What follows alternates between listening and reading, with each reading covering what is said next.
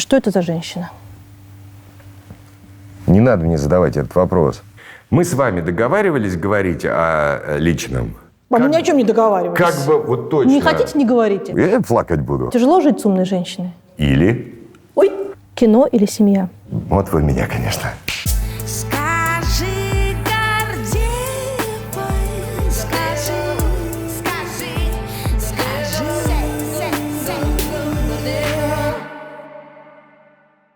Давайте так, Федор Сергеевич, сразу быка за рога. Я для вас тут папочку приготовила. Полистайте, что это за женщина. Квест? Квест. Я люблю разгадывать.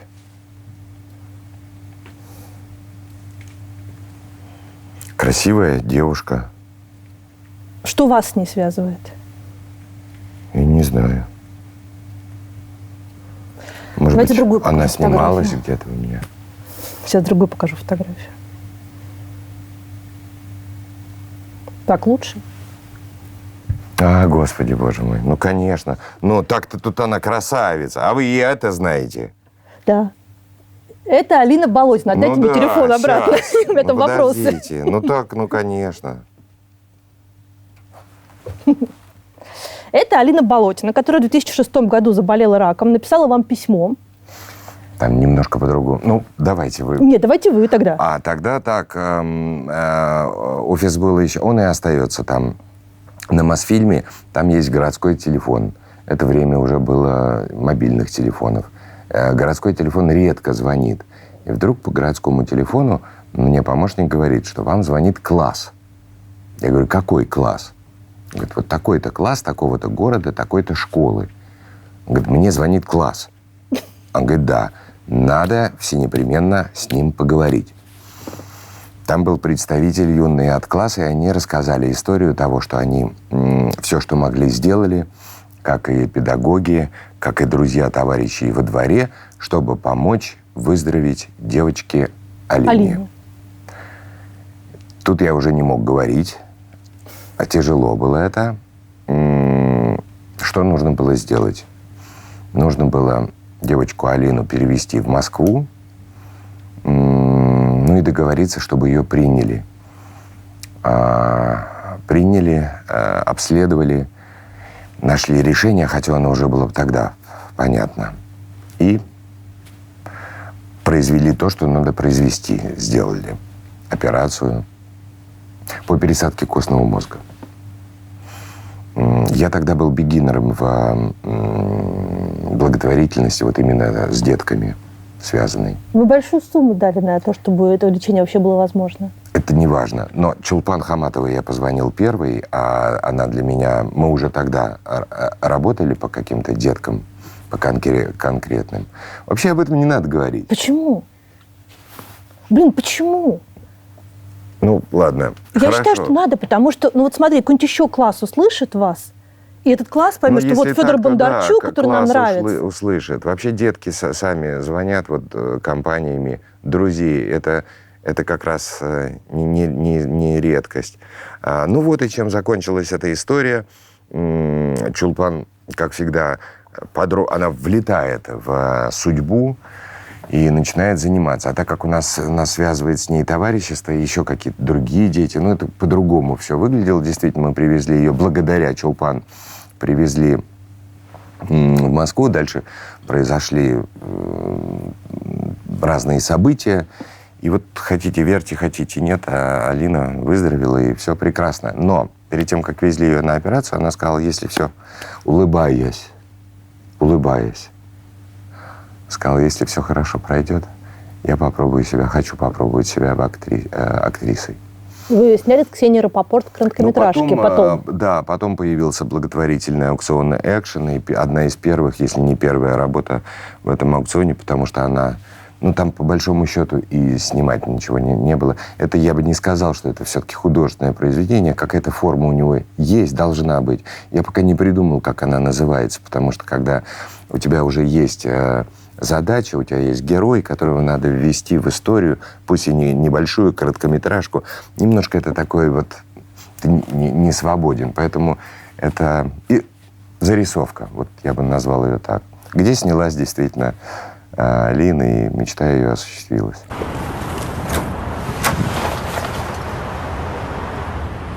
Здравствуйте. Я Саша. Помните меня?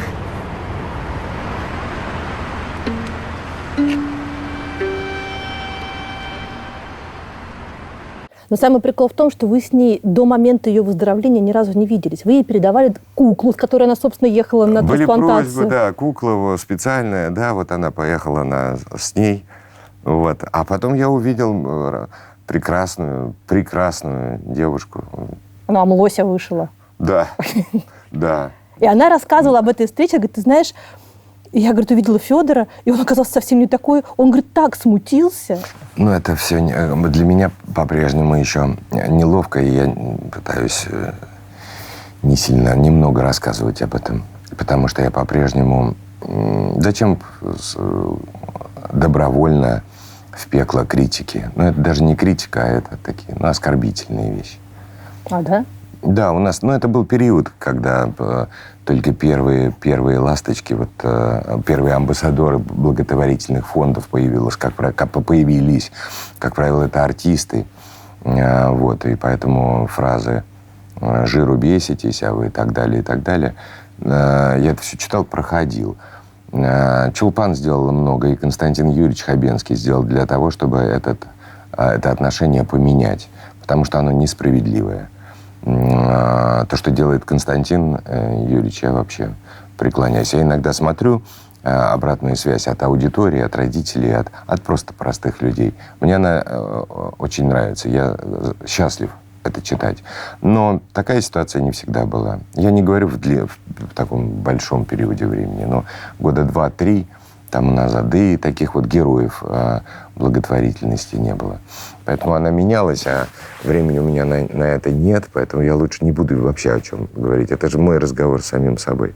Ну ладно, на самом деле, я скажу вам так в завершение. Алина недавно вышла замуж, живет в Москве, выглядит, вы видели, как шикарно. Так что все хорошо. Красавица, и надо ей позвонить. Я вычитала, что вы фанат фильма «Hey Bro». «Hey Bro». А вы откуда знали? Я читаю ваше интервью. А вот Александр Илькан. Да ладно? Да? Есть внутренний карман.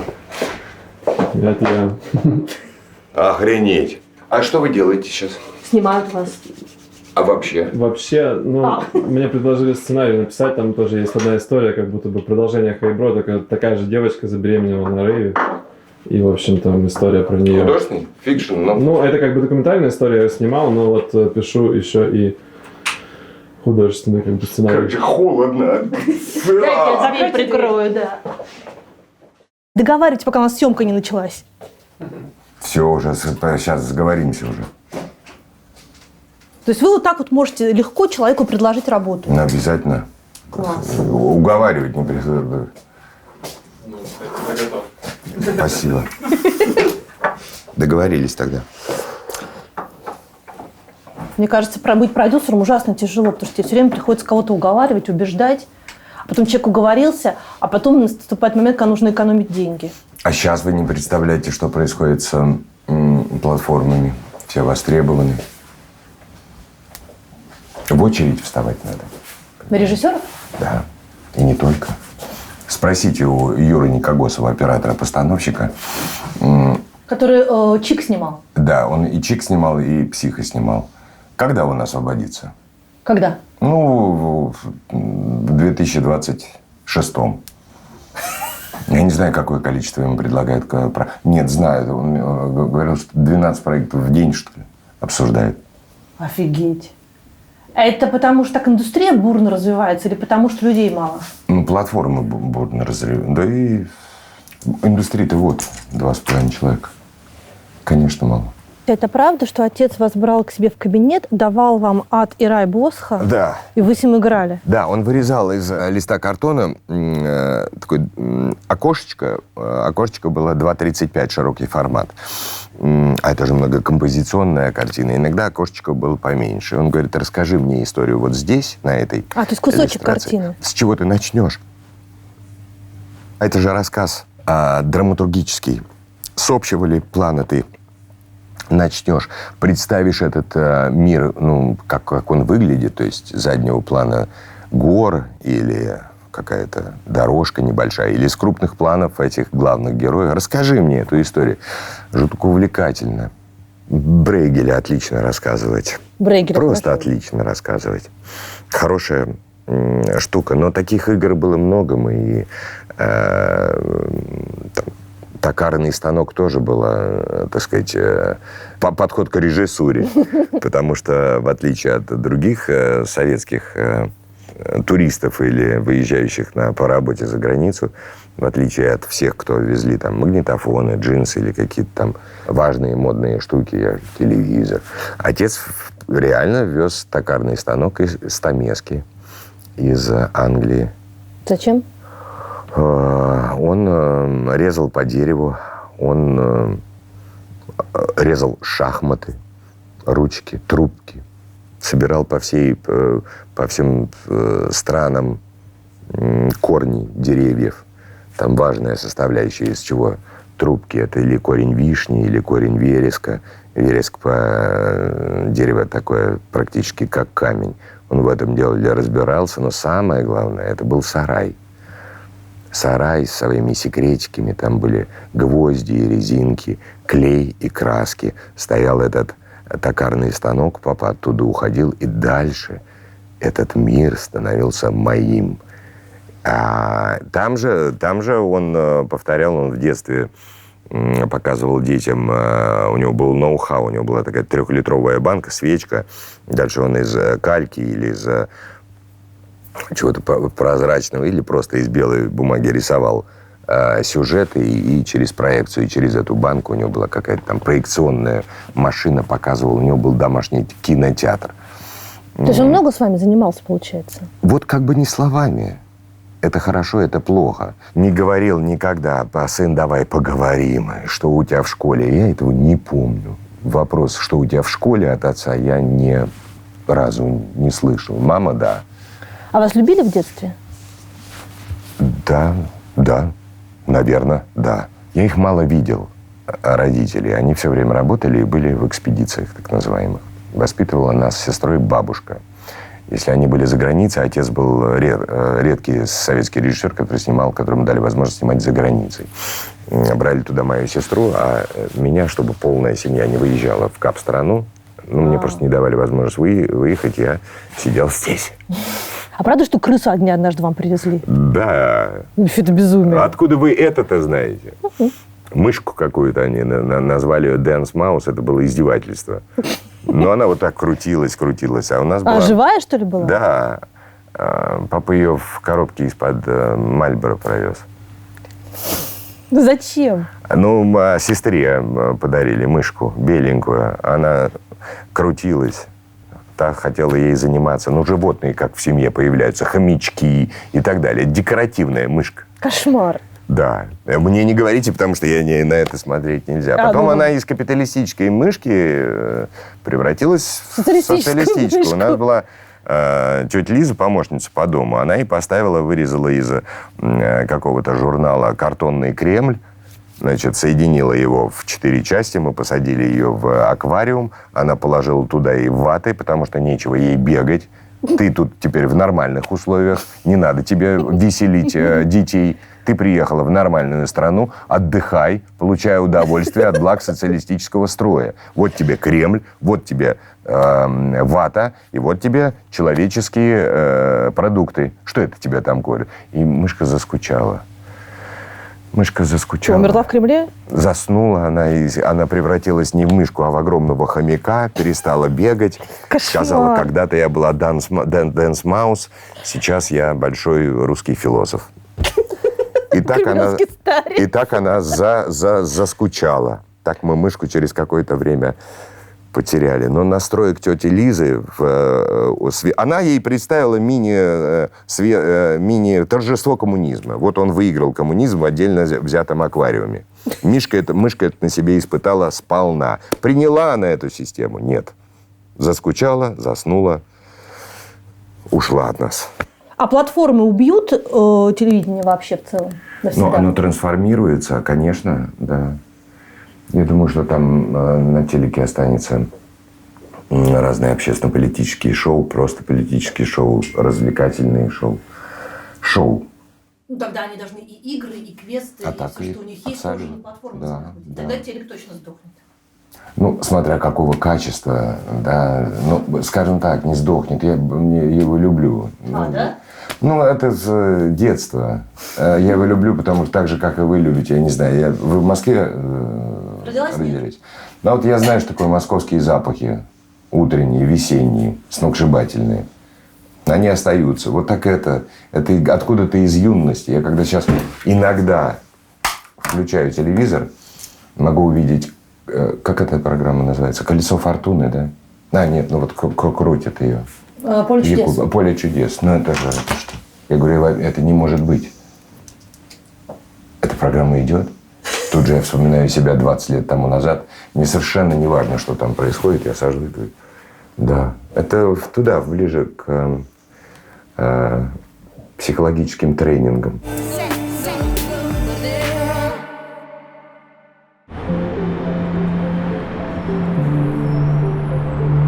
История нашей, то есть человеческой цивилизации, тесно связана с городами. Люди селились ближе друг к другу, так проще выживать, проще вести хозяйство, когда город большой, проще его контролировать.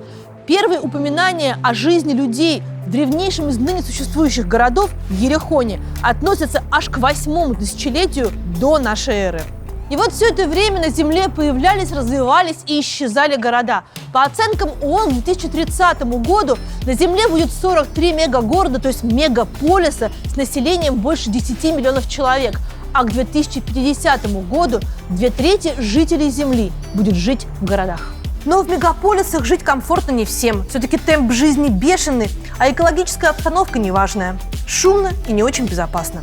Хорошо, что всегда можно уехать, причем в новый город. Например, Доброград, который находится во Владимирской области в 250 километрах от Москвы. Город строится на частные инвестиции основателя Ascona Life Group Владимира Седова. Доброград – это современная малоэтажная архитектура, органично вписанная в живописную природу. Гостиницы, парки, детские площадки, рестораны и кафе, спортивный комплекс. Жители Доброграда получают медицинскую помощь в одном из лучших медучреждений Центральной России – первом клиническом медицинском центре.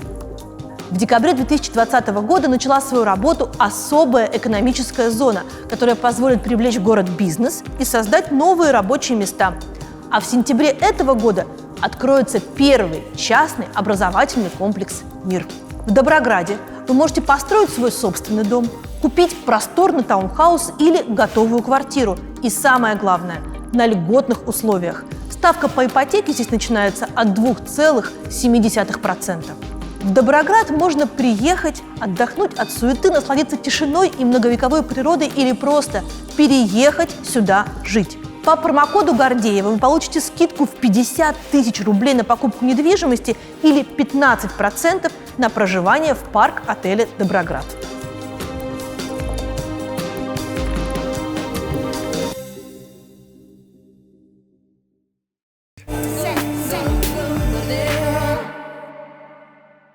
Я, готовясь к интервью, поразговаривала, примерно с 20 разными людьми.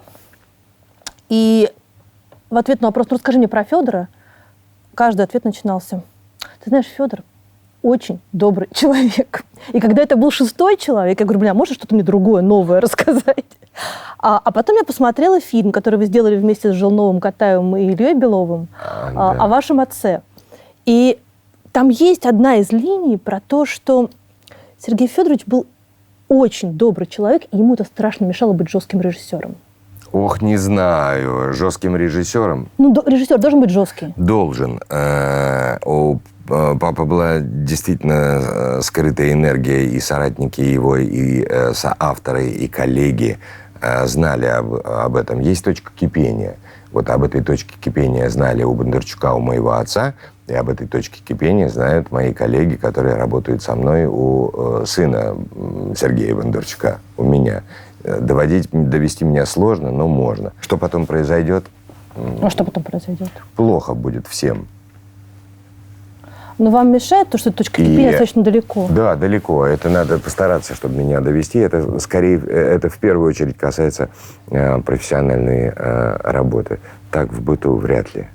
Несправедливости, обиды. Вот там, если прорвется, это такая энергия. Из коллег, кто ее видел, лучше с ней не пересекаться. Вот. А так я терпеливый. Вот. А с понятием жесткий режиссер я не сталкивался, потому что не было такой необходимости. У меня группы всегда везло на коллег. Я не знаю, что это за группы. Если вспоминать, я постоянно говорю банальную фразу. Был лучший съемочный период в моей жизни. Про каждый съемочный период? Не про каждую, но, конечно, про 9-ю роту, потому что это был дебют, и ни с чем, это ни с чем не сравнимо. Они все были, и я был в другом возрасте. Это был, еще раз повторю, дебют. Это совершенно другая энергия. Я долго к этому шел.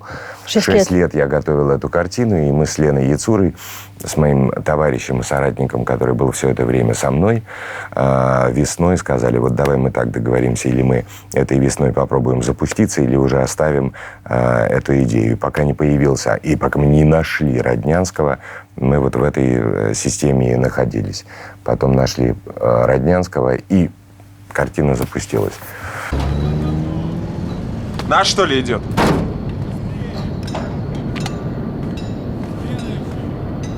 Ну и рожа. Откуда клоуны? Из Сибири, товарищ командир. Меня зовут старший прапорщик Дегала. Как? У кого-то со слухом плохо. Ну-ка, подъем! Встали все! Бегом встали! Построились быстро! Головной убор одень в строю! Равняйсь! Смирно! Я думаю, слепых здесь нет. Вон та гора наша. Следующая за ней Афган. И чтобы те из вас, кто попадет туда, не сдохли в первый же день. Я буду драть вас 3 месяца подряд, не вынимая, 24 часа в сутки, начиная с этой минуты. С подобной энергией я в жизни не сталкивался, и, наверное, она не повторится, думал я, пока не снял «Психа». И вот первая и последняя работа по энергии, по счастью, по радости существования на площадке, удовольствие от артистов, физического удовольствия. Вы можете вообще даже... Есть секунда не текст произносить, вы просто будьте здесь и просто работайте над ролью. А я буду смотреть на это и не верить своим глазам. Вот повторно это случилось, уже другой я был, уже и опыт был другой. Но подобное ощущение поймал я на «Психе». И там я тоже сказал, что это был лучший продакшн в моей жизни. Когда вы снимали «9-ю роту», вам было 38 лет, столько же, сколько вашему отцу, когда он стал судьбой человека. Но при этом отца вашего не было уже на свете 11 лет, получается. У вас был внутренний с ним разговор? Конечно. До этого я пробовал себя в малых формах и чувствовал себя очень комфортно. Это были музыкальные клипы и реклама. В стране этим никто не занимался. Та небольшая группа людей были экспертами. Они хранили секретное знание, потому что это уже тогда была высокотехнологичная территория. Они знали, как перевести пленку, они знали, как монтировать, как перевести. Потом они знали, как обращаться с битакамами. И было несколько человек, которые приехали и в Европе и уже смогли поработать. И у них был опыт работы на MTV. Это были небожители, это были секретные знания, которые приехали тогда и еще в Советский Союз. А это был, например, Сережа Козлов, оператор-постановщик, который впоследствии работал с Андреем Сергеевичем Кончаловским. Сделали несколько фильмов для Hallmark, сделал Джейсона и Аргонавты, и Мерлина. И работал в Голливуде. Вот он приехал, где снял ролик был ассистентом оператора, была такая исполнительница Баси. Но это был MTV. И вот этот человек с секретными знаниями, а у нас везде кассета long play, где и был бы еще long play, но их не было. И вот там часа 3,5 только музыкальные ролики. И это то, что я принял. Это была абсолютно новая территория, которая была моя. Да, мне это интересно. И вот в начале пути я там распределился. Безусловно, давление фамилии Бондарчук, режиссер, отец, страх перед первым фильмом, с одной стороны, а с другой стороны, абсолютно новая территория, в которой никто не разбирается, из которой может трансформироваться что-то большее. А мы на этой территории уже существовали компании единомышленников и друзей. Там был эксперимент в музыкальном видео и рекламе. Во-первых, это было первое деньги же в еще новой вообще-то, между стране. прочим. Вот поверьте, деньги Нет? вторично были. ладно. Они были большие. Ну да. Но это было вторично. Возможность сделать, реализовать какие-то свои фантазии, это дорогого стоило. Здесь ты мог узнать, что такое транстреф, здесь ты мог узнать, что такое бифокальные линзы, здесь ты пойдешь и так далее. Причем музыкальный материал иногда, а я скажу так, часто, совершенно не соответствовал картинке. Там мы экспериментировали, там мы снимали водоросли из Соляриса медленные, а здесь мы, в принципе, обратная точка, там были, назовем это так, поющие трусы. Они никак не Ладно, соединялись. клип Ветлицкой, это шедевр. Я не говорю не про все, спасибо. И к кино как бы я долго подходил и не хотел. У нас были долгие разговоры с Леной Яцурой, которая была действительно моим товарищем и соратником. Это была одна из самых первых студий, которые что-то производили в то время. Она выхватывала таланты, у нее на это фантастические нюх, какое-то дурацкое слово, но тем не менее. И никак я не подходил. И она говорит, что ты хочешь? Ты можешь сказать тему. Я говорю, ты знаешь, я ничего с собой подумать, поделать не могу, но кроме темы войны и человека на войне, меня ничего не... Почему? Вот тогда я истово, искренне, мне было что сказать. У меня была идея сделать ремейк «Судьбы человека», отцовского фильма 1959 года, но во время первой чеченской кампании, плен чеченский и так далее. И у нас ничего не получилось. Почему? Во-первых, там в «Судьбе человека» был очевидный враг, который напал на нашу страну. Там другие настройки. Первое. Во-вторых, она не склеивалась. Она. И хорошо, не надо было это трогать. Это не была... Это была скорее такая продюсерская первоначальная идея. Да? А потом появился Юра Коротков, автор. И было одно слово – Афганистан. И у меня все сошлось в одну секунду. Я служил в 85-й, 87-й. Я видел этих ребят, которые писали передо мной заявление «прошу отправить меня в Афганистан». Это были добровольцы. Я с ними разговаривал. У разных было разное, у каждого было свое. Одни шли искренне защищать Родину, правда, в другой стране. Но это было их иск. Это удивительные были люди и ребята. И я должен был туда уехать. Но вовремя, скажу, значит, как-то отец, наверное, принимал в этом участие. У нас никогда в семье не стоял вопрос, иду я в армию или не иду. Это вообще не обсуждалось. Отец служил, отец воевал, он ветеран Великой Отечественной войны. Поэтому я в 85-м году должен был идти в армию. И вы служили в кавалерийском полку? Я сначала служил в Красноярске в учебке полгода, а потом мы не досняли Бориса Годунова. Единственное место, где можно мне было выделить, по-моему, там 5 смен. Это был кавалерийский полк, который отец называл полк имени меня. Потому что этот полк был... В смысле, имени его? Да. Шутка. У папы черный юмор был. Пойдешь служить в полк имени меня. Но это действительно так, потому что этот полк не подчинялся Министерству обороны, он подчинялся Госкину СССР. Был создан для обеспечения киносъемок. Там было 4 эскадрона. 1-й, 2-й, Кабарда, и 4-й, значит, батарейные лошади там стояли. И там моя стояла любимая батарейная лошадь Грачик. Грачик был злой, иногда кусался. Любите лошадей с тех пор? Да. Да? Да. И люблю, и не люблю. Да. К чему я армию вспомнил? Афганистан. Да, и оно рядом, это мое поколение. Я их знал, многие не вернулись. Многие вернулись покалеченными. Да, у меня одноклассник погиб.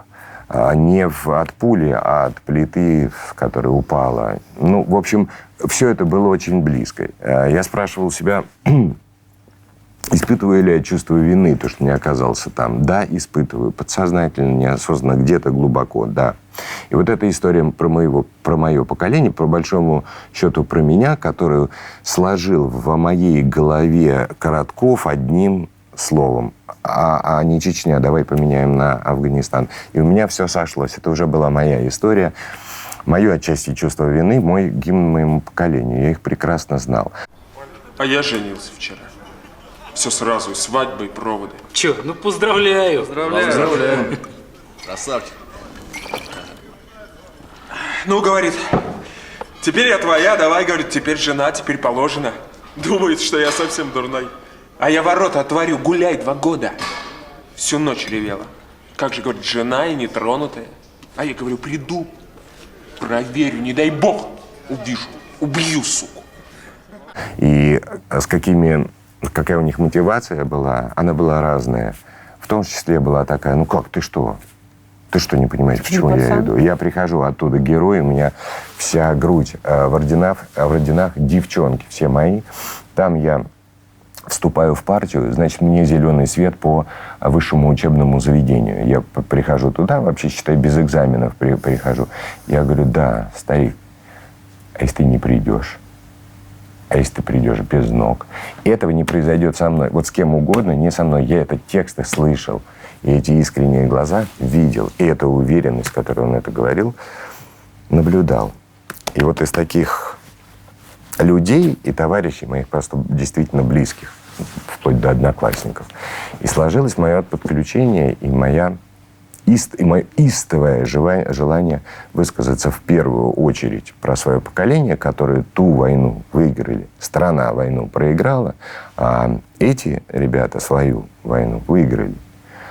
Ну и отчасти я плакать буду. И, конечно, это отчасти, да пусть даже так пафосно назову, такой гимн моему поколению. Ну а ты, хохол, из Афгана придешь, что делать будешь? Пить буду. Ну это понятно, неделю попьешь, потом. Опять пить буду. А дальше? И дальше пить буду.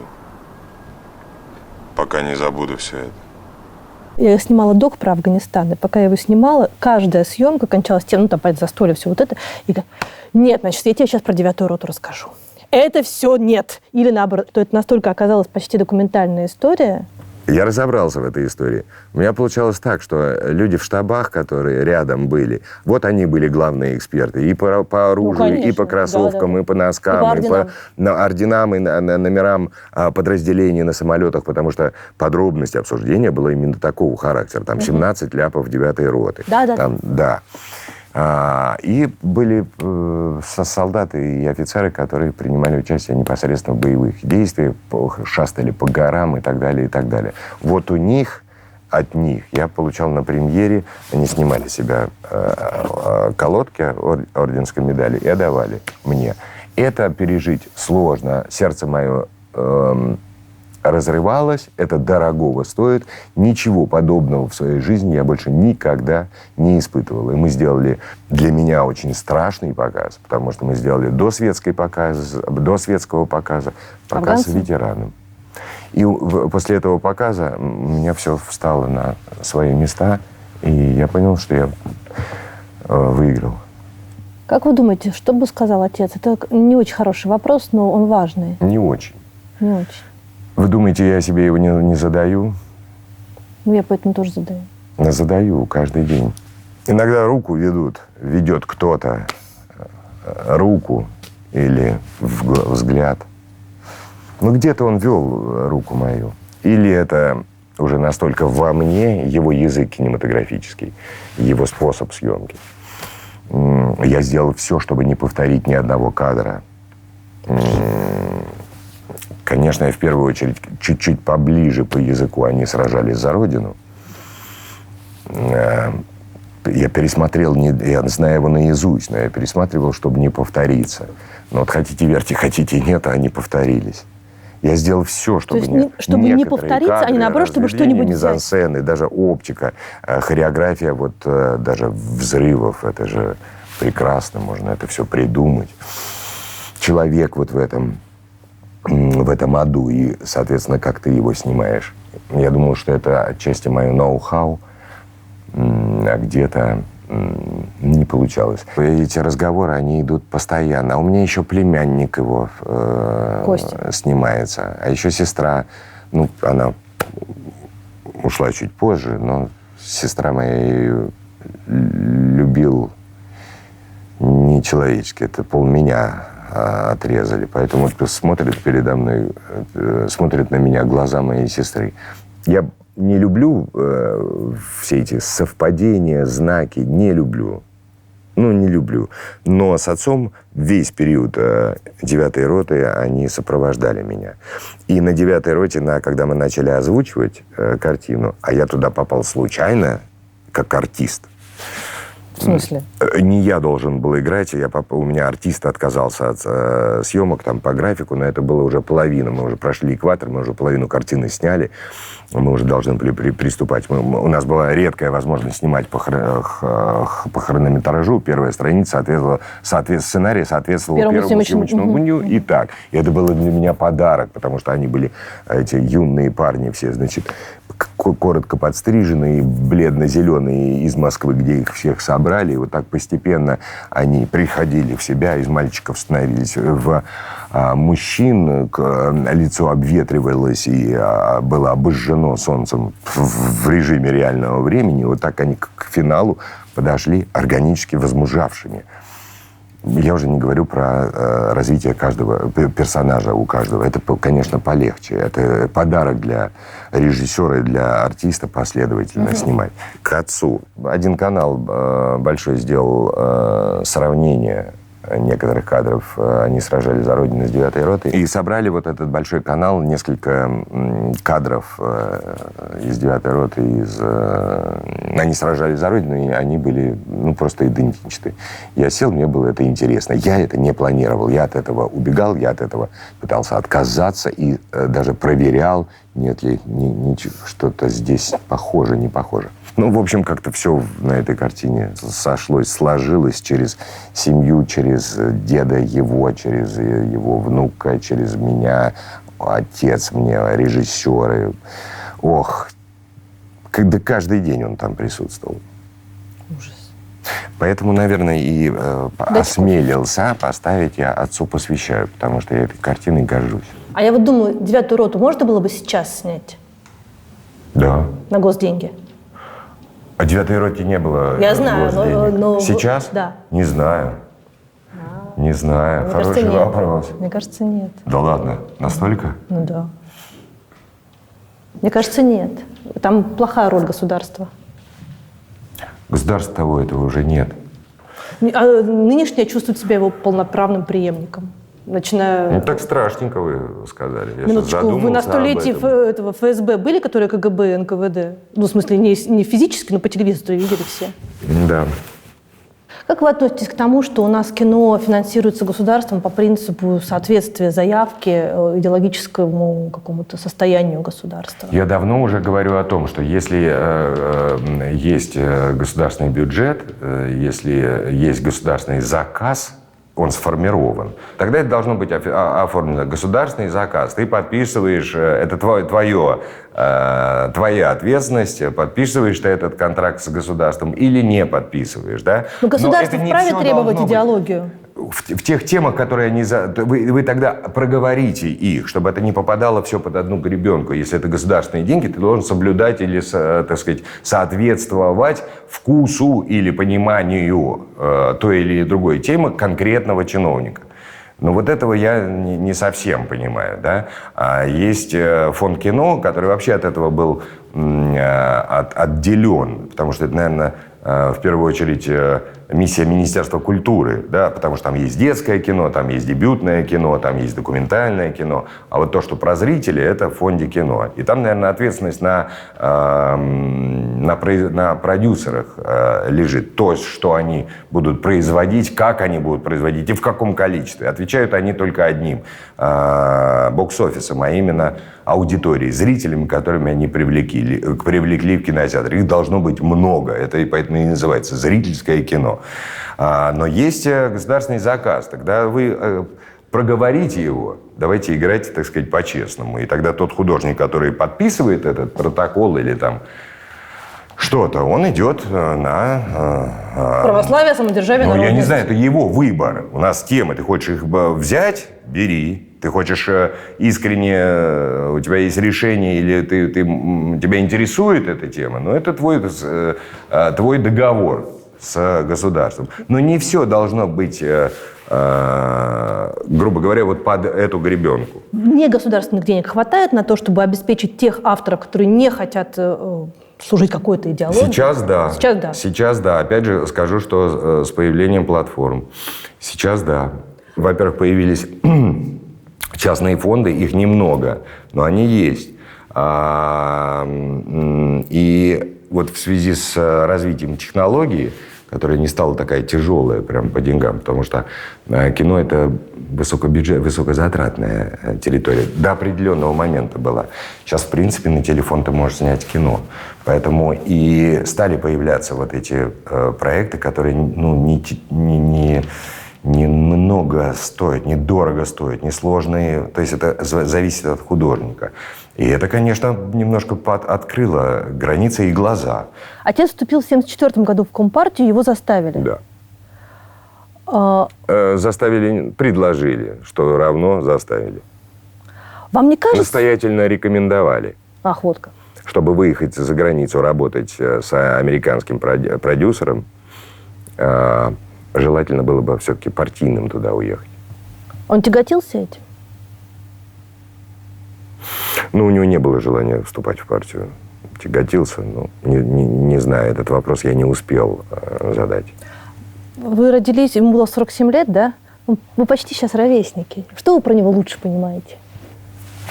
Да про кино я больше понимаю. Одержимый он человек. Я размышляла, и получается, что как будто бы вы, может быть, неосознанно, но вы повторяете судьбу отца. Ох, ну, смотрите, сколько раз я сам об этом думал. А, вы думали, Ну, да? конечно.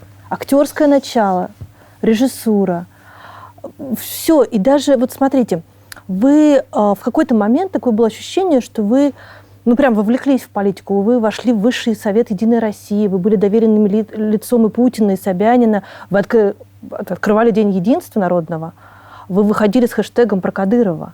А сейчас ощущение, что как будто бы вы то ли дверь куда-то закрыли, то ли куда-то ушли. Это сознательно или так получилось? И сознательно, и так получилось. Мне было 31, 2, 3, 4. Я был просто молод. У меня были другие настройки. Я был романтиком. Была страна другая. Я свято верил, что я могу что-то изменить в том, что меня волнует, а именно в кино. Я занимался... То есть вы думали, что власть поможет вам изменить ситуацию в кино? Да, ну, кино тогда не было.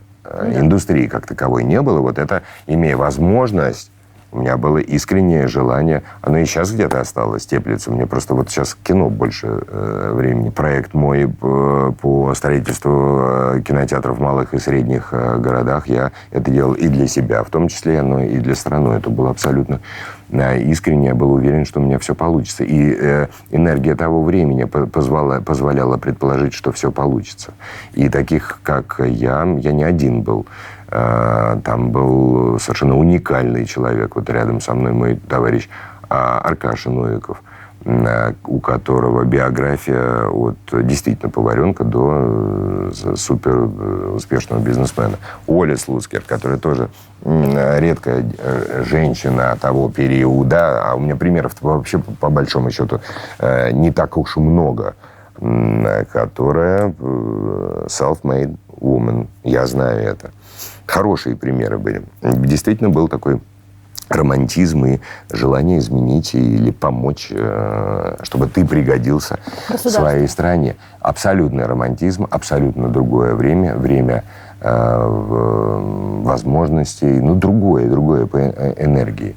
К сегодняшнему состоянию мне жалко моего времени. На политику? Если этим заниматься профессионально, во-первых, мне не нравится профессионально заниматься политикой. Это отдельные люди, которым общечеловеческие настройки не подходят. А я бы хотел оставаться в них. А можно ли в России сейчас заниматься кино, не давая какие-то пасы власти о том, что да, я с вами, там, вот я член партии? Я, наверное, пробую, если относиться к кино как к политике. Я вот себе оставил такие две площадки. Это Ленфильм, конечно, который мне просто надо доделать. И слава богу, сейчас уже мы прошли самый тяжелый период жизни. И самое главное, это, конечно, школа кино, телевидения, индустрия, школа. Там молодежь, там молодые люди, там образование. Вот, наверное, только эти две вещи. Но это даже не политика, это такое общественно важное, значимое для меня дело. Мы находимся в киношколе «Индустрия», которую Да. вы основали с товарищами в 2017 году. Да. Зачем вы это сделали? Для себя. Первоначально для себя. В первую очередь авторы были нужны. Они по-прежнему нужны. Ничего не изменилось за это время. Как их было, самый маленький набор, и как меньше всего студентов на сценарном учатся, так и учатся. По-моему, сейчас Как каждый ищем- человек мечтает быть сценаристом. Вот мы и каждого человека пытаемся послушать и найти звезду. А потом не забывайте, большие проекты, сложно-постановочные. Ни одна группа режиссеров по монтажу, ни одна группа звукорежиссеров и так далее, и так далее. Пост. Здесь еще есть параллельные программы, параллельные с основными. Вот, например, у нас наши партнеры, коллеги на компании Fly Sound, с которой я работаю, мы с которыми работаем последние годы, у них там KPI какой-то невероятный. У них 80% студентов уже все работают. Запрос невероятный. Вот у них просто, не хочу как про образование говорить конвейер, но это ближе всего вот именно к конвейеру. Это звукозаписывающий. Это, да, здесь можно сделать тот пост, ну, вот студенческий пост, скажем. Это ты здесь... Ну, это так выглядит... Атмос не замешаешь, а для достойно представить картину на экране можно. Пошли дальше. Что еще есть? Что есть? Вот есть прекрасные компьютерные классы. А здесь что делают? Здесь они трансформируются. Здесь иногда сценарное мастерство преподают, а иногда VFX. Ну, на машинах стоит программа, но здесь сценаристы и встречаются тоже. Вот здесь Жора Крыжовников любит, Андрей Золотарев любит здесь. То есть они сидят, сколько там, не знаю, 20 человек и пишут?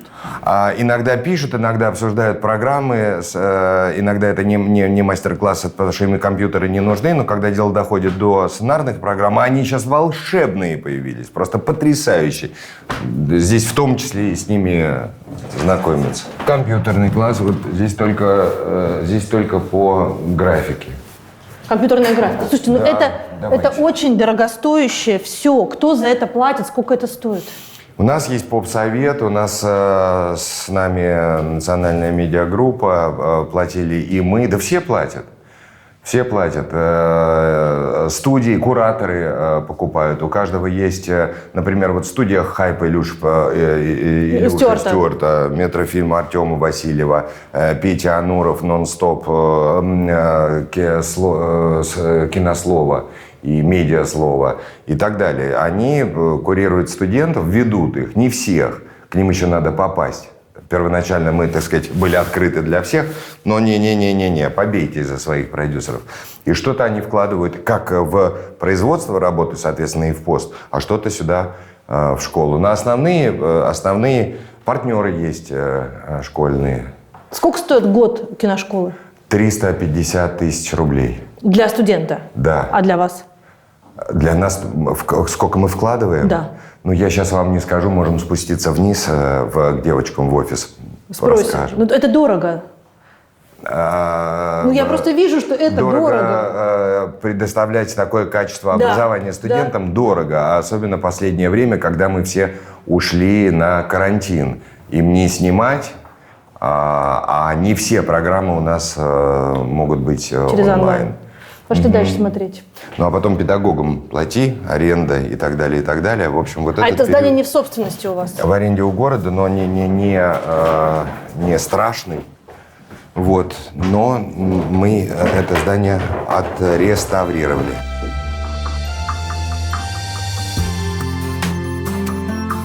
Вот. Это она, Лора.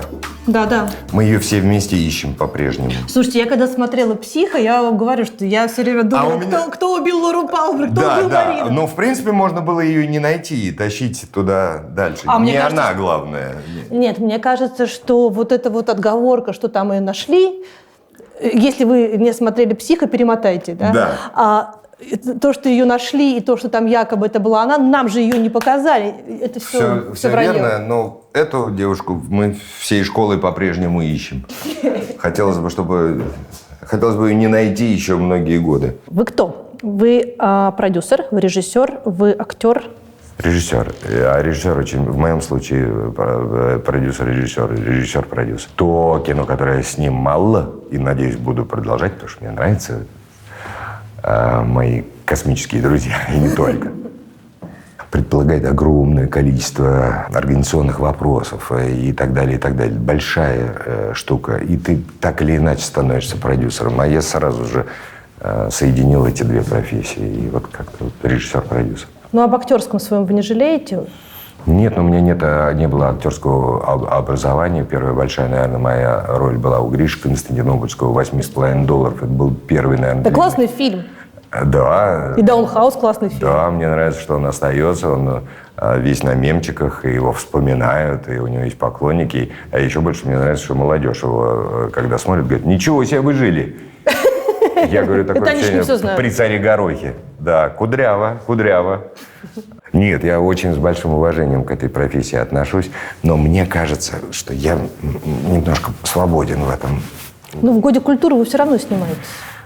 Сейчас, да, второй сезон, и мне нравится этот проект. Он должен был появиться за год до выхода «Домашнего ареста», и тогда бы это было по-другому все, потому что конструкция примерно та же, когда инородное тело попадает в инородное пространство, для него пространство. Если там мэр сидит закрытый и не свойственно его, то здесь городской чиновник приезжает в город Энск. Конструкция та же. Но это допустимый уровень сатиры вот в нашем обществе? Потому что иногда кажется, что у нас цензура как-то из всех щелей. Ну, она есть, безусловно, она как-то... Она есть, ее и нет. Они и гадают, а это была цензура, а это серьезно или не цензура? Так это можно или нельзя? Я понимаю ограничения, которые связаны с детьми, курить, слот на телеке, понятно, семейный, не семейный. Это все понимаю и принимаю. Но есть вещи, которые нашептывают. Тут проговорить громко. Мне иногда кажется, что у нас самоцензура сильнее, чем цензура. Есть такое, вы абсолютно правы. А еще, когда посмотрел что-то, а что, так можно было? Ну, тебе кто-то что-то говорил. А в Совете по культуре при президенте вы все еще состоите? Да. Это помогает? Не всегда. Не всегда. Но часто там бывает в обсуждении там прямо важные вопросы для индустрии. Прямо важные. Особенно сейчас. Вот когда был и еще не закончился пандемия, но вот с начала времен ограничения, соответственно, когда все встали с производством, кинотеатры должны огромные суммы производителям. Вот в этот период прям реально важные вещи. Вернется зритель в кинотеатры после пандемии?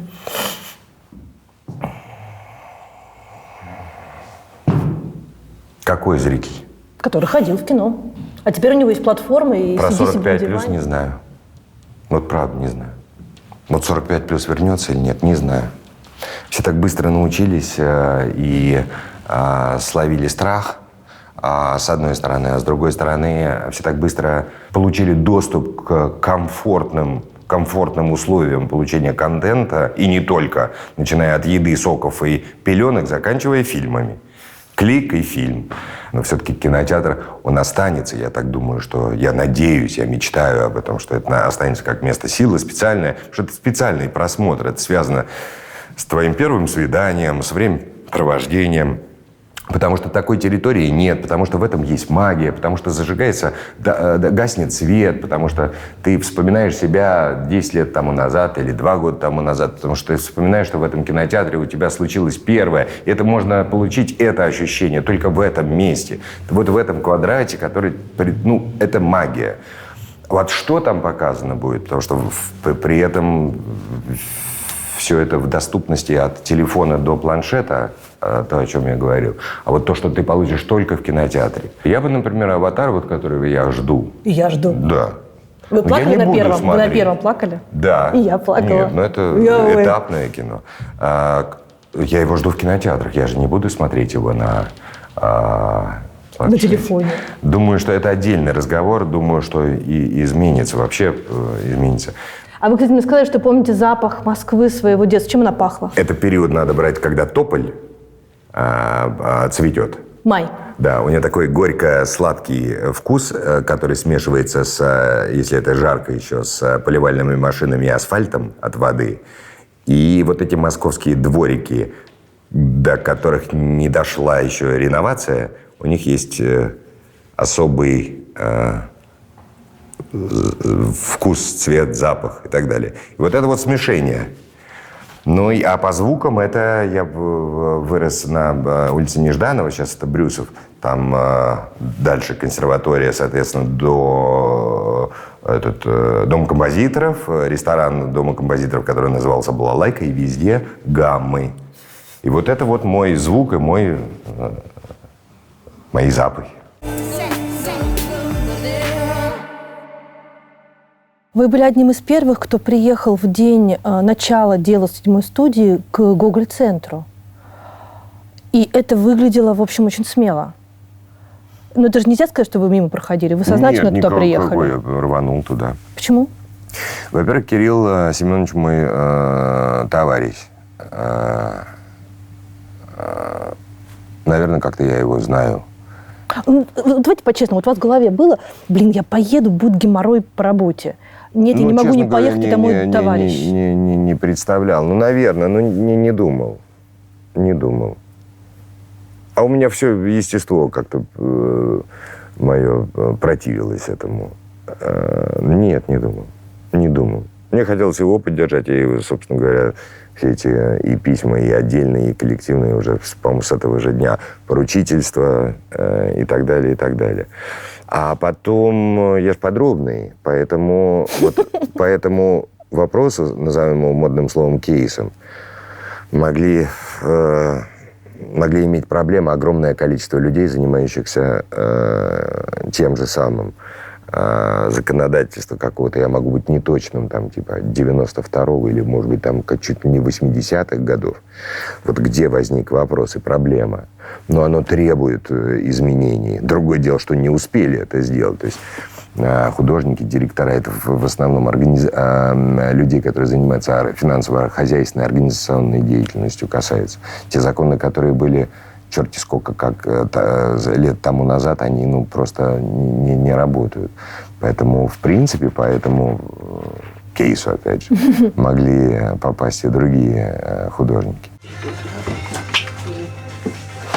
И вчера, у нас все было вчера. Прекрасно, Ну и хорошо. Сергеич. Ничего прекрасного не было, но хорошо. Нет, я имею в виду по моей части. Я за вас люблю. Ты моя дорогая. Хорошо, спасибо. Вот свет еще включили, ставят.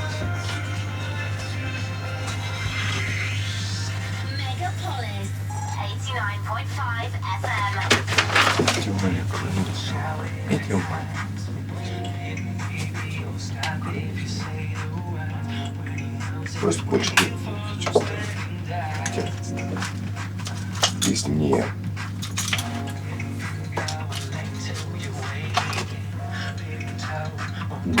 Где бы... Где бы народ встречал? У тебя на кухне? Или в лесу под елкой? Я тебя умоляю. Просто не хочу.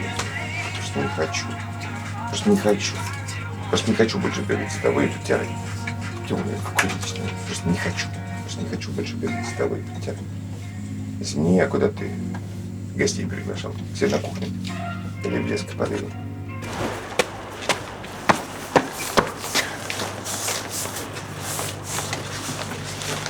Здрасте. Потеплее сегодня, нет? Потеплее, нет?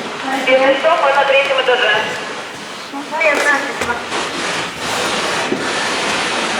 Привет. Давай. Нет? Вот он Анчик.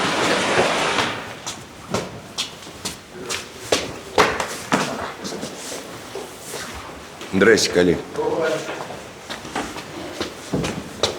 И вам доброе. Сказала, да, что... Сергеевич, начинаем время, я тебя умоляю, потрубить. А это еще Стасик здесь? Это еще Стасик здесь, да, и он... Рядом, да? Да, и он еще, это все на лестнице происходит. Вот это? Вот это. Вот Ну как, я к нему же вся. подхожу, к Пете, здесь-то. Вот и ему так. Нет, не отсюда? Не отсюда, потому что вы начнете с лестницы, на лестнице с ним попрощаетесь, и там же встретитесь. Здрасте. Тишина, пожалуйста, перекрываем.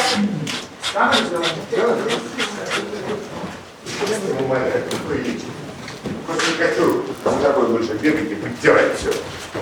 Если бы не, где бы вы? Все-таки как хорошо, что вы есть, очень хорошо. Мне очень смешно, что все ваши знакомые, знаете, как они вас называют в СМС, скажем, долго не писать. Ну ФСБ? как? Ну да.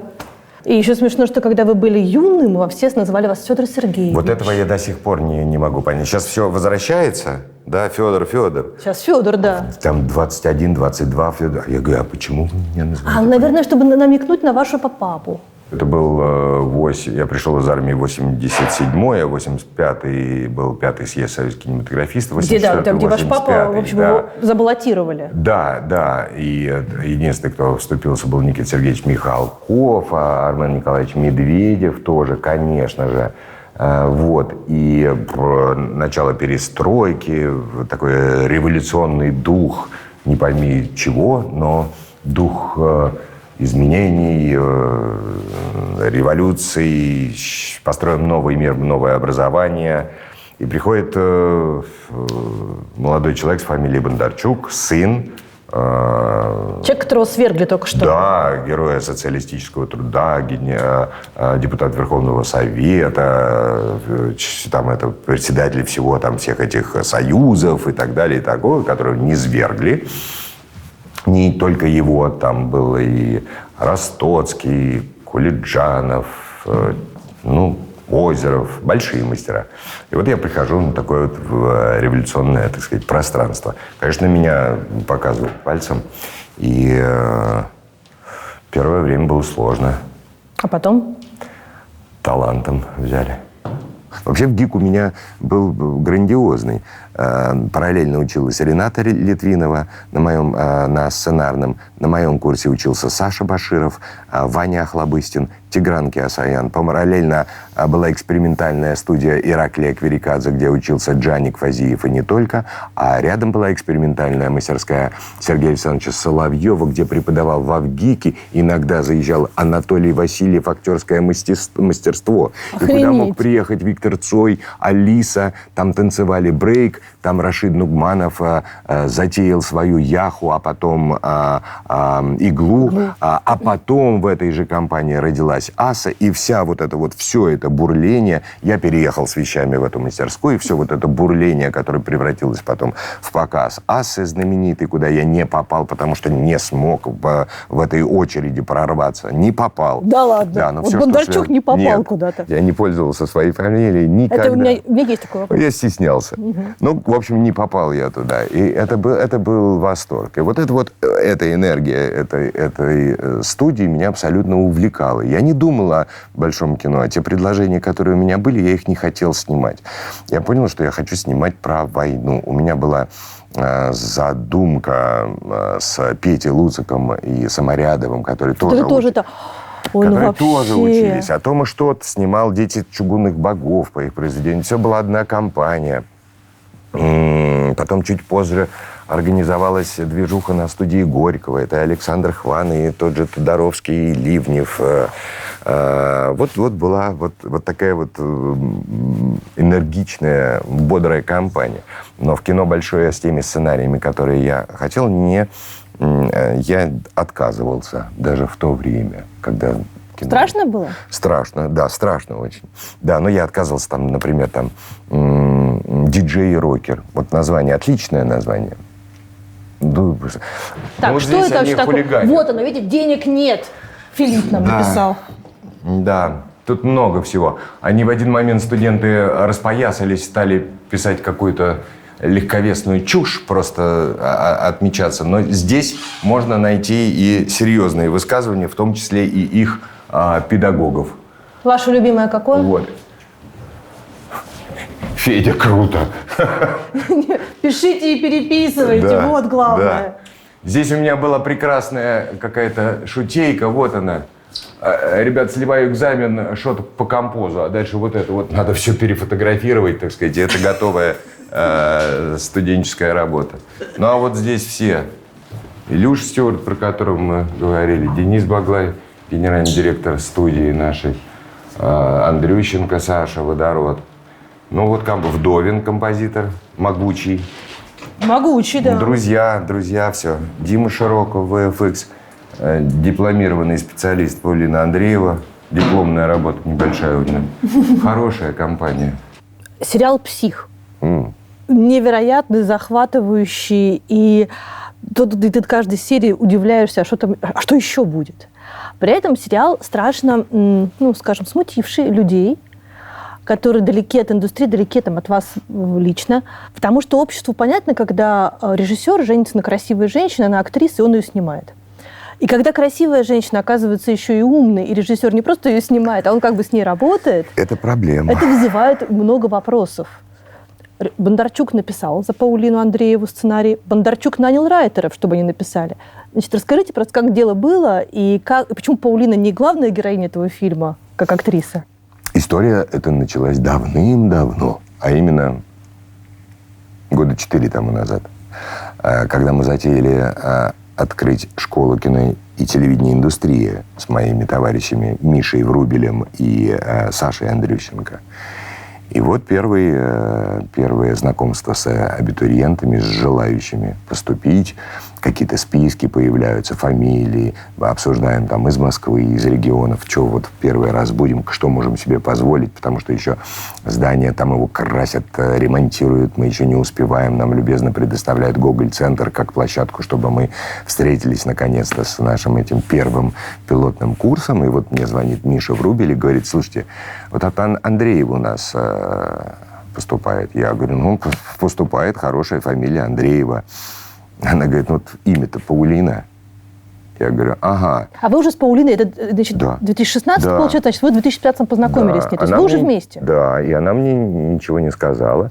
Так от одного из основателей школы моего партнера Миши Врубеля я узнал, что она подала документы в школу. Я сказал, а ты мне ничего не хотела сказать? Она говорит, нет. Ну, ты бы узнал через какое-то время. Ну, я как-то сама пошла. Я говорю, угу, достойно. Что говорят? Ну, говорят, берут. Школа коммерческая. Есть несколько студентов, мы тогда еще гранты не выдавали, не могли себе позволить. Просто, Сейчас выдаете? Да, сейчас вообще хотим, чтобы на 3 главные направления: режиссура, операторское мастерство и сценарное мастерство мы могли бесплатно их давать им образование. Там со студии, гранты и так далее. Уже к этому подошли. А другие программы коммерческие. Тогда все было платное, а те квоты, которые у нас были, их было немного, они шли на режиссера. Значит, вот поступает, значит, я сама, значит, какой-то там взнос внесла, все оформила. И началось обучение. Товариществовала она с Авдотьей Смирновой. Их жизнь пусть она сама рассказывает, профессиональная, как они работали. Они, безусловно, работали. Мне ничего не говорили. Дуня давала задания. Это еще до школы. Дуня была ее преподавателем. Это не то, что... Нет? Дуня близкие товарищи, они до поступления... Что они делали, я не знаю, это у Паулины надо спросить. Работали они, работали над сценарным мастерством. Что конкретно они делали, не знаю, но каждый раз, когда она приезжала или выходила заканчивала разговор с Авдотьей Андреевной, на столе ее появлялись кипа книг, компьютеров и ручек, и текстов. И где-то я ее терял потом на неделю. Потом они общались дальше, и вот так происходило их товарищество, которое в результате трансформировалось в рабочий процесс, подготовительный процесс. Педагоги были у Паулины Андрей Першин, он же Жора Крыжовников, Андрей Золотарев, Олег Маловичка. Приезжала с лекциями Дуня Смирнова. Работы по ее сценариям брали призы на разных фестивалях. Она взяла приз, диплом жюри на Кинотавре. Как только мы познакомились, есть фразы, у нее язык такой, что я говорю: послушай, а ты можешь записывать иногда? Ну вот это вот же словосочетание, оно мне пригодится через 2 года. Я думаю, ну забудешь, запиши. Она писала, и в стол писала. Иногда... А что это, что у нее за язык такой? Хороший язык. У нее хороший русский язык, а иногда она хороший новый русский язык. Там нет придуманных слов, но как они живут между собой, только она может их так сложить. Вот отмечают диалоги в «Психе». Да, в «Психе» вот диалоги, как все разговаривают. Вот это ее фирменный стиль. Беруш, ты сейчас не права. Костя художник, он творит, ты забытовляешь. У Ренаты я это замечал. Ее язык ни с чем не спутаешь. Есть в нем ярко выраженная индивидуальность Ренаты Литвиновой. Вот у Андреевой ярко выраженная индивидуальность ее собираний, сочетаний. Ну, кто кому предложил? А дальше вот начали проявляться платформы. Их не так много было. Я говорю: послушай, а не интересно для платформы написать? Да даже и не было там платформы никакой. Было 3 слова. Послушай, Константин Богомолов лечит от зависимости в том числе, но в основном от зависимости. Сам зависимый психотерапевт. Тяжело жить с умной женщиной? Да прекрасно. Ну, обычно мужчины как-то между умом и красотой за красоту. А вам как-то свезло. Да вообще все так свезло. Чудо какое-то. Тяжело ли работать с умной женщиной? Она, Паулина, трудоголик. У нее есть свое представление и своя территория работы. Она ее охраняет, а я на нее не заступаю. А когда мне предлагают туда прийти в гости, на эту территорию, я с удовольствием прихожу. Это те границы, которые... да и это абсолютно нормально. За этими границами она сидит 24/7, пишет, разговаривает, сидит, серфингует в сети, потому что есть направление, где знаний не хватает, зависимости, они разные и так далее, и так далее. Там можно в глубину туда погружаться очень долго. Вот всем этим она и занималась. Это такая территория закрытая. А потом наступает момент прекрасный. Вот что у меня есть, вот какая возможность у меня есть, была, и, надеюсь, остается, то, что мне читают. А, вы первый? Вообще, я не с листа читал. То есть я первый драфт читаю, а когда там 2-я серия приходит, и первый драфт 2-й серии, я прошу: я могу тебя попросить прочитать? Да. И вот это, конечно, меня отличает. Такой возможности нет. Она актриса, поэтому есть там уже некая мелодика, интонация тех героев. А еще вот это было дико интересно. Уже мы где-то в середине съемочного находилась, а последние 7-я, 8-я были недоделаны. Что-то было, да, что-то 6-я еще в работе была. И она приходила на площадку иногда, а у нас была одна директория, где можно посмотреть материал, ну, всегда. И первый равкат прямо с площадки. Я приезжал, она говорит: ну, скажи, Лена Лядова, вот так сыграла это? Я говорю: да, очень точно. А вот эту она так сказала? Я говорю: да. И она прям повторяла как интонацию и мелодику речи, и шутки с паузами, с оттяжками, как говорили ее текст мои артисты. Это здорово. А потом писала под уже те как их назвать-то, вензеля, которые уже вырисовывали во время съемочного артиста. Она уже от них шла, и уже была возможность, они уже играли на площадке, она иногда смотрела материал, она знала, как они организовали своего героя. Он же рождался не сразу. Вот, и уже присваивала туда такую совсем индивидуальность этих персонажей. Интересно. Слушайте, вы с таким восхищением говорите, вы влюблены. Да. А вам тяжело отделить, да, жену от сценариста? Она отделилась сама. Не, ну внутри, в голове у вас тяжело. Нет. Нет? Это другой человек. Это другой человек. та, с кем я живу, и та, с кем я работаю, это два разных человека. Я иногда сам пугаюсь. Привет. Что у вас случилось? Ты привезла? Да, конечно, я упаковала в стаканчики из-под кофе, чтобы без подозрений. Ты молодец. Спасибо тебе. Спокойной ночи. Нам сысканы цинизмом продают эрзац мечты. Я говорю, послушай, вот эту сцену ты видела, а ты откуда это? Ведь там или по времени это не совпадает, ты не могла просто это прочувствовать, или по реакции тела, психофизики. Ты не знаешь этого. А я знаю. Но это очень точно. Ты откуда это взяла? Почему Константин Богомолов? Потому что никто, кроме него. Это вам нравится? Да. А Не было его. Под него писали. И я хотел его снимать.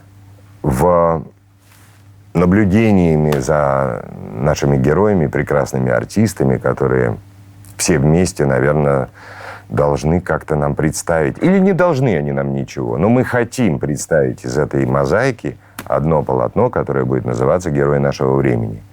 У нас оно, по мне, так его пока нет. Мы, так сказать... Я помню прекрасно период Духлеса, первого, когда все говорили, что это произведение сильно устарело, уже нет никаких белых воротничков и яппи, о которых писал Минаев. Но Рома Прыгунов его сделал современным. И те, там, например, антиглобалисты, которые в первом Духлесе поднимают бучу, в это же время это были первые выходы на улицу, уже связанные с реальными политическими процессами в нашей стране. Мы просто убрали это. И, ну вот, по мне, один из героев нашего времени, или грань героя нашего времени, это вот был Максим в исполнении Дани Козловского, Данила Валерьевича. Но это было тогда и в то время. Я их не знаю. В моей среде это, безусловно, Богомолов. Мне невероятно интересно за ним наблюдать. Мне невероятно интересно его разгадать.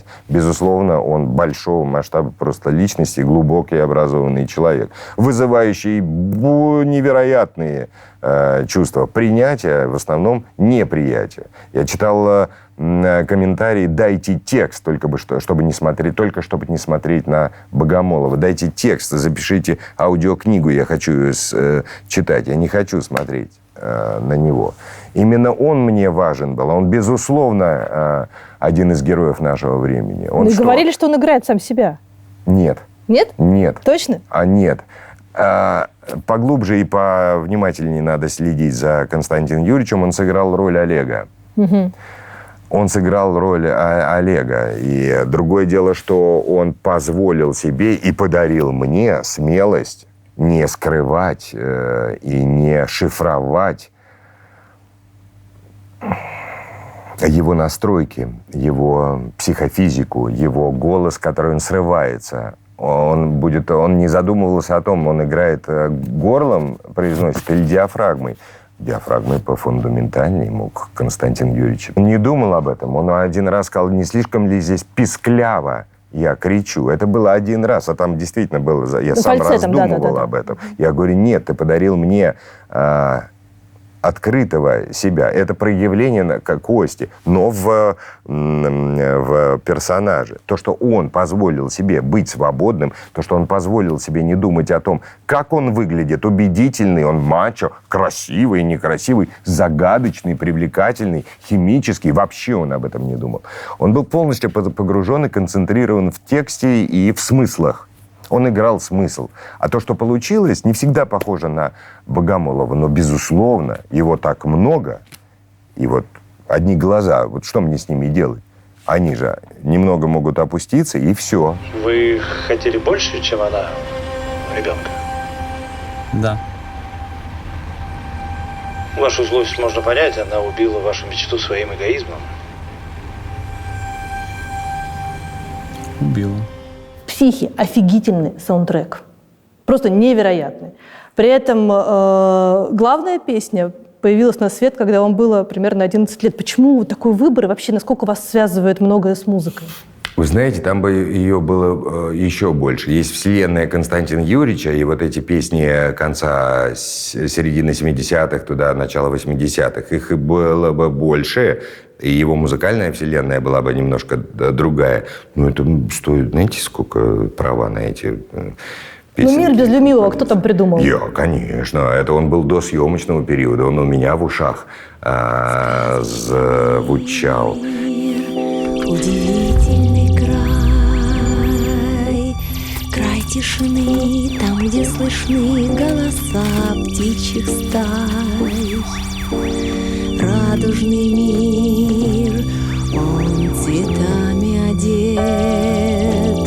Голубой небосвод, там есть много красот, но любимого нет.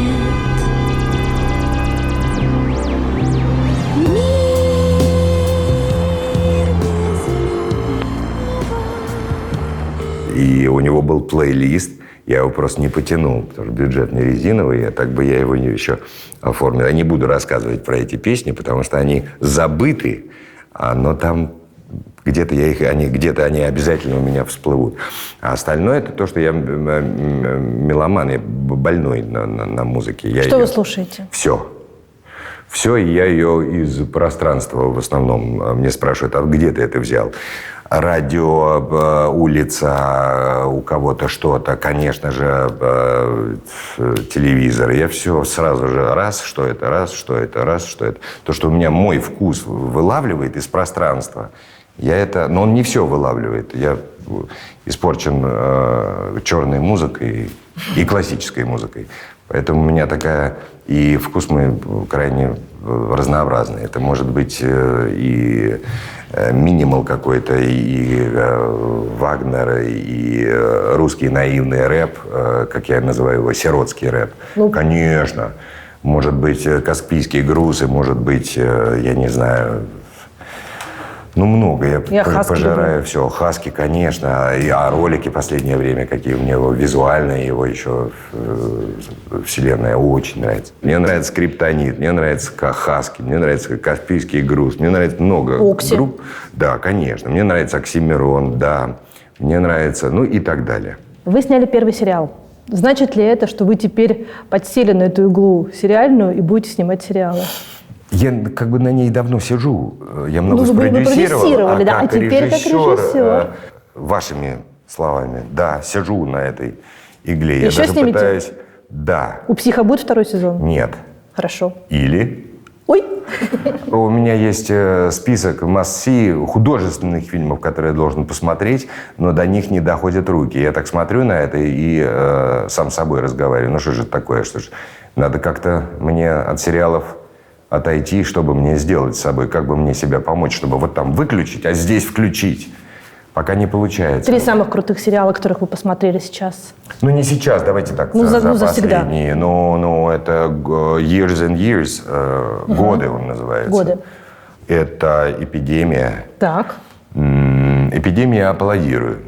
«Эпидемия» — это пиршество вкуса для меня. Зарубежные наши? Мне вообще не важно.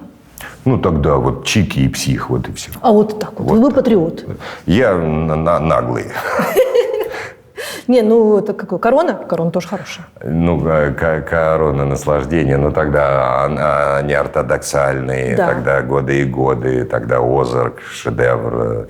Да их так много. И «Королевский гамбит», и «Королевский гамбит» мне не «Наркос». понравился. Не понравился? Нет, категорически. Почему-ка? А драматургической дуги нет, все очень скучно, линейно. Она хорошая девочка, играет в шахматы. Крюк, что с ней произойдет, не тащил? Вообще, все понятно. Она из детдома, играет в шахматы. Она, трахнет всех мальчиков и станет королевой. Алкоголь? Не показано там этого. Там не хватило? Не хватило, конечно. А потом пришла такая негритянка и говорит, хватит пить. Я говорю, да, действительно хватит. Афроамериканка? Извините. Ладно. Вы Вернику в интервью говорили о том, что большая заслуга Паулины в том, что она вам показала, что у вас есть семья, и как-то восстановила все отношения внутри семьи. Что это, о чем речь?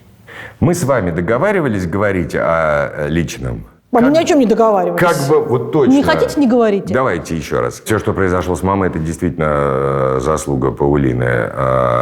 Это потрясающе было наблюдать за ними, когда они болтали по поводу школы-студии МХАТ. Но только разница в несколько десятилетий. Педагоги и имена, которые звучали во время этого разговора, я просто за этим наблюдал, улыбался. Масальский. Я говорю, это прошлый век, мам. Она только памятник Масальскому видела. И так далее, и так далее. Но обе из школы-студии МХАТ, и это какая-то одна порода.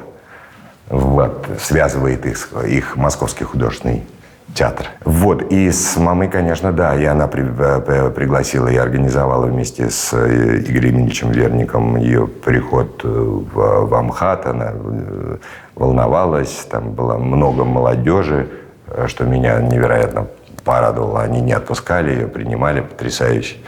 Ну, в общем, да. Поменялось ли после знакомства и работы с Паулиной Андреевой ваше представление о том, что может женщина? Мне кажется, что все-таки вы родом из того патриархального общества, в котором женщина должна просто красиво ходить. Ну, у нас в семье так не было. У нас мама Ириша Раша не только красиво ходила, она была соратником и кинематографистом. Поэтому я получил, наверное, идеальную. Они, правда, к этой конструкции прошли. У них был опыт до этого. У вас тоже? Получается, да. Вот вы меня, конечно. У вас тоже. Да, действительно. Поэтому, ну что, говорить, что опыт религия дураков, да, вот надо было прожить и перейти вот сейчас вот в эту Ну, короче, вы о женщинах лучше стали думать. Ну, о, да. Вот, я про это и говорю. Вы счастливый человек, Федор? Да. О чем вы мечтаете? О кино. Ваш сын Сергей, который Федорович, я не знаю, как там все не путаетесь, Федор Сергей, Сергей Федорович. Так это же просто. Да, ну действительно. Ну, главное, ничего не перепутать в этажах. Да. Он тоже, получается, такой, ну, поздний, в смысле позднего зажигания, как вы. Да. Какая вы внимательная. Мы поздние. Вы поздние? Да, получается так. Да и отец поздний. 38 дебют в режиссуре – это поздний дебют. А, да? Угу. Мне кажется, что в режиссуру нужно уже приходить с багажом. Я вот с этим никогда не соглашусь и никогда не соглашался. А опыт 19-летнего неужели никому не интересен, я имею в виду зритель? Та жизнь его, 19-летняя жизнь, неужели ему не интересна? Интересно, просто кино разное бывает. Нужно руководить большими толпами людей, кони туда, люди сюда. Да можно и не руководить. Что вы меняете в воспитании сына, исходя из своего опыта? Я пытаюсь снизить контроль. А, да? Я ничего с собой поделать не могу. Я пытаюсь, чтобы он жил своей жизнью. Получается? Я пытаюсь не мешать его любовью, ему любовью. Я пытаюсь не мешать его параноидальной любовью. Мне дети тяжело дались. И Варечка, и Сережа. Тяжело дались. Я ничего с собой поделать не могу. Это моя проблема, я с ней работаю. А внучки? Вы классный дедушка? Мало внимания я им уделяю, но у них есть прекрасные родители, поэтому я чуть-чуть позже подключусь. Ну опять позднее зажигание. Кстати, я надеюсь, что я подключусь чуть позже. Но они ангелы, они красивые девчонки. Ну, просто ангелы. Я смотрю, мне можно ничего не говорить, я смотрю. Еще что-нибудь. Ну, попляши. Угу. Ну, все, я пошел потрясать. Да пусть эти родители. Мне еще туда в контроль уйти, я совсем с ума сойду. Варечка. Варя родилась в 99 году с тяжелой инвалидностью. И 99-й год было совсем не то время, когда мы принимали вот так инвалидность. И много детей было, от которых родители отказались. Как вы, как отец, вообще все это приняли? Я, дурацкое слово, проектный человек. Я себе проект поставил. Это как? Ну, что я могу максимально сделать, чтобы дочь моя была счастлива, я сделаю это. Окружение было тяжеловатое. Вот это действительно было. Дочь ангел, дочь потрясающая совершенно, умнее меня и нас всех. Знает что-то, то, чего мы не знаем, имеет такое сострадание и любовь. которые нам неведомы. А окружение действительно, как вы начали, с того, что страна немножко неподготовлена была. Это агрессивная среда была для таких деток. Тяжелее родителям было. Вот, а принял, черт его знает. Сразу же такое количество проблем возникло. Не до размышлений было, и не до и эмоциональных переживаний и проживаний. Еще Сережа попал там у него инцидент был, упал с велосипеда. В общем, 2 детей у меня лежали в реанимации. Не до этого было. Вот. А потом, честно тебе скажу, такие мысли меня никогда не посещали. Упаднические, грустные. А страшно было? Да. За жизнь ее было страшно, потому что несколько пиков мы прожили тяжелых. Ну, просто страшно. Правда, что когда она сейчас приезжает, она с вами живет? Да. Да? Ну, она живет в городе, когда учится на выходные дома со мной. Да. Вот, может быть, я через вас наконец-то поставлю точку над «и», над сплетнями по поводу Вари, что она живет за границей, в Америке. Мы ее туда отправили. Это чушь и вранье все. Мы отправляли ее туда действительно на операции по показаниям. И их была не одна. И действительно, а это не быстрый там подготовительный период и период после операции. Вот в это время она жила там. И вообще у нее много друзей. Она ездит туда и в гости, и учится. Но она не живет за границей и никогда не жила. Она учится сейчас? Да. А это инклюзивная школа? Да. И как ей? Хорошо, у нее и друзья. Друзья? В Америке друзья смешные. И там много военных, а ей делают... Когда она приезжает, ей делают такие плакаты «Добро пожаловать, Варя». И все ее детские фотографии – это одно место, Портленд. Значит, ее друзей там. Но я не могу без слез на это смотреть. Там разные люди. Там и взрослые, и бабушки, им совсем маленькие. Какие-то военные появляются, какой-то там дворник. Ну, в общем, отличная компания. В этом много тепла и внимания. А как вы, Паулина, научились с ней общаться? Это же какое-то искусство специальное должно быть, да? Или нет, просто любовь? Да никакого искусства не надо.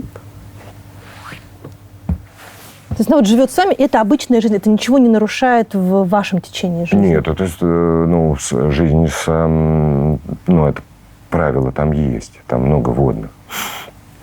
Передвижение, когда поедет, куда поедет, мы собираемся не быстро. Вот, но это проект. Но я это не чувствую никогда. И в семье этого нет, и у Сережи этого нет, у Паулины. Но я вообще не чувствую этого. Здорово. Не в каком-то... Сейчас я в каком-то счастье нахожусь. Поэтому я не хочу об этом рассказывать. Знаете, я так бережно оберегаю. Чего вы боитесь? Я не могу сказать. Вот у нас родственница моя, Оля, которая с Варечкой постоянно. Вот это вот удивительный человек. Я про нее никогда не рассказываю. Вот смотришь ты на нее и говоришь: да, я верю в человека, я верю, я готов отдать жизнь за таких, я хочу работать для таких. Это же что за организация? В общем, как мне в жизни с людьми повезло, получается. Чего вы боитесь в жизни? Болезней.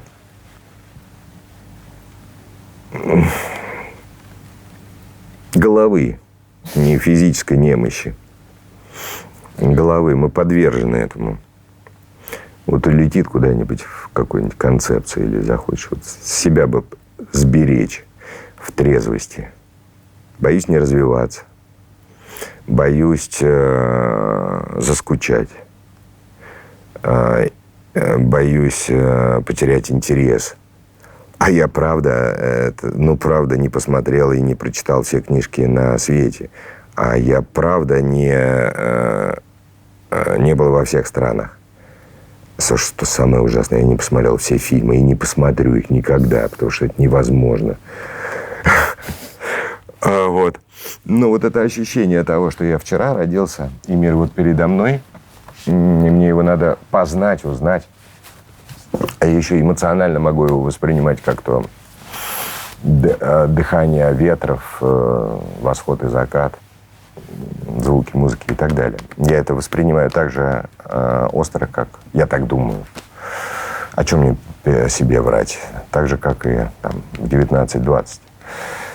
Может быть, поспокойнее что-то, потому что и контента такого нет. И, опять же, возвращаясь к началу нашего разговора про Советский Союз, и тогда все было вау, тогда все было невероятно ярко. Тогда все был первый концерт Майкла Джексона. Сейчас у нас приводнение, так сказать, второй ступени Дрэгона, да, и это невероятно, ты думаешь, что это компьютерная графика. А тогда возможность официально купить ночью водки по масштабу, по качеству энергии они примерно одинаковые. Свобода или безопасность? Блин. Свободу. Милосердие или справедливость? Милосердие. Кино или семья? Нет справедливости, к сожалению. Кино и семья. Не надо мне задавать этот вопрос. А это важная штука. Не надо. Кино. Ну вот получается, да, если спросить, что волнует, что главное. Ну, могут многие обидеться, но это не про них, не про близких. Я их очень люблю всех. Я готов отдать жизнь за них. Все что угодно. Но кино... я болен, как угодно. Что? Понимаю.